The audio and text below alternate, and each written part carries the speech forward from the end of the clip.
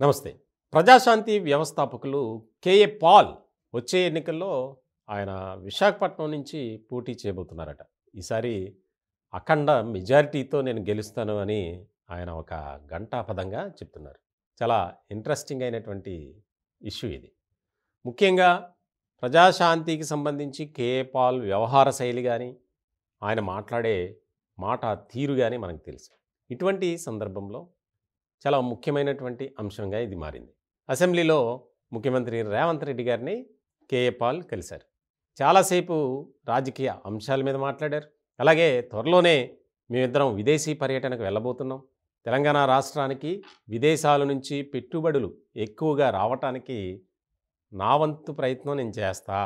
రేవంత్ సర్కార్ పాలన చాలా బాగుంది అని అంటూనే ఆంధ్రప్రదేశ్ రాజకీయాల గురించి కూడా ఆయన అక్కడ మీడియాతో మాట్లాడారు. విశాఖపట్నం పార్లమెంటు నియోజకవర్గం నుంచి నేను పోటీ చేస్తున్నాను.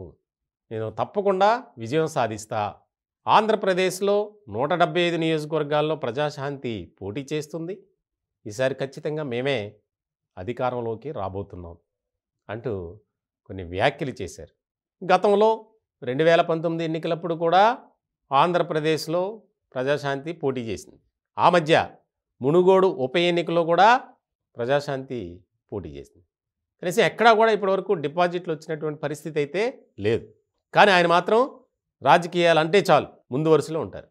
ఇలాంటి సందర్భంలో రేవంత్ రెడ్డి గారిని కేఏ పాల్ కలవటం, విశాఖపట్నం పార్లమెంటు స్థానానికి నేను పోటీ చేస్తున్నాను అని చెప్పడం, అంటే తెలంగాణ ముఖ్యమంత్రిని కలిసిన తర్వాత ఆంధ్ర రాజకీయాల గురించి మీడియాతో మాట్లాడటం, ఇదొక ఆసక్తికరమైనటువంటి పరిణామం. ముఖ్యంగా ఆయన ఇటీవల కాలంలో చాలా దూకుడుగా వెళ్తున్నారు.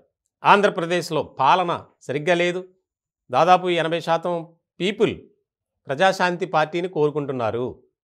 కాబట్టి మా పార్టీకి ఒకసారి అవకాశం ఇవ్వండి మేము కోరుకుంటున్నాం, బ్రతిమలాడుతున్నాం, ప్రాధేయపడుతున్నాం.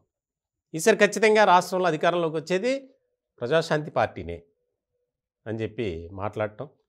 అలాగే త్వరలో నేను కూడా పోటీ చేయబోతున్నాను, పార్లమెంటు స్థానం విశాఖపట్నం మాదే అని చెప్పి చెప్పడం ఒక రకంగా హాస్యాస్పదం అనిపిస్తుందని రాజకీయ వర్గాల్లో చర్చ జరుగుతుంది.